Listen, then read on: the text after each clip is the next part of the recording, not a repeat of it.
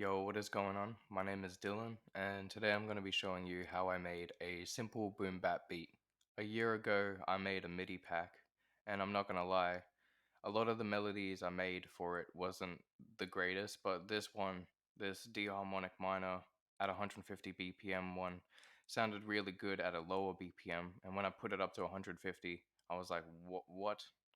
I can't imagine this being that fast. I don't know why it was that fast. The MIDI I made sounds like this.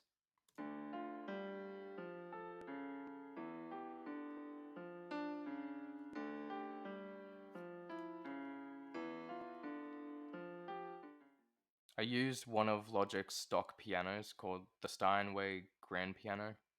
Instead of using the stock reverb, I decided to put Valhalla Supermassive on with the preset forward reverb.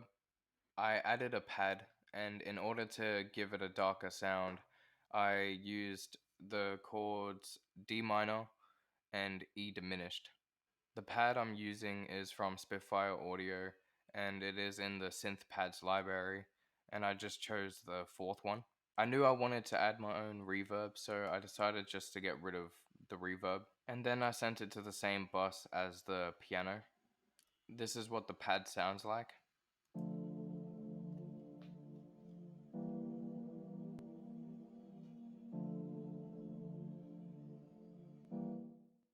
To add a higher layer, I added a violin.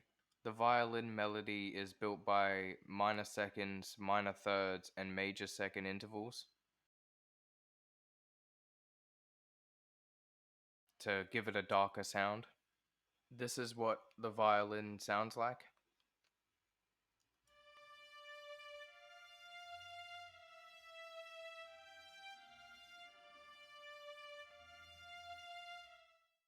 The plugin I'm using for the violin is the BBC Symphony Orchestra, which is a free plugin if you do a questionnaire. And again, I also turned down the reverb because I was going to add my own, which is the Valhalla one on the piano. The next thing I added was drums. I just got a simple snare pattern just on the 2 and the 4th beat. The hi-hats are eighth notes with an occasional note in between. It sounds like this.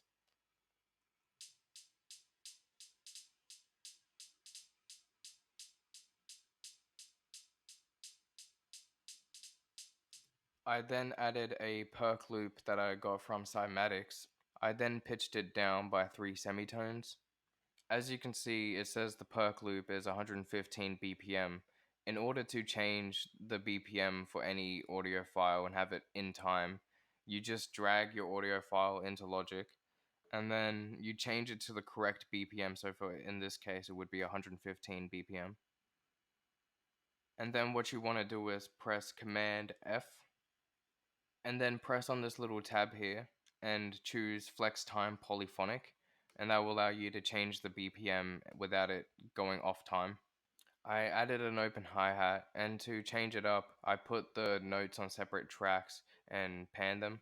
This is what it sounds like.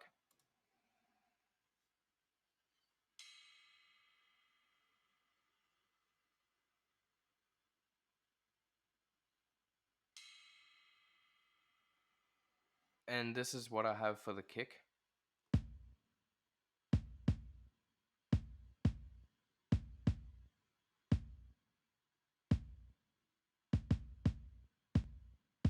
I just added a crash for impact.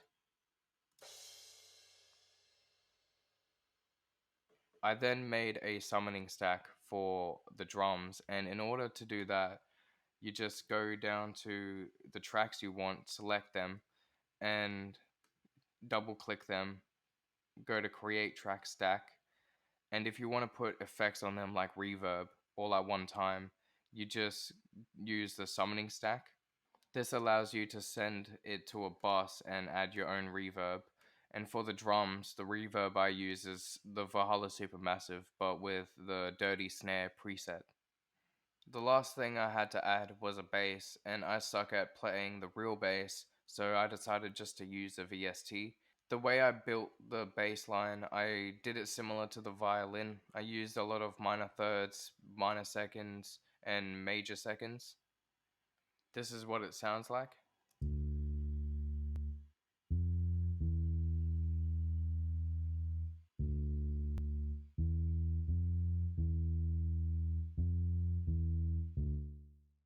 For the bass, I again used Spitfire Audio and used the bass guitar library and chose the warm amp bass.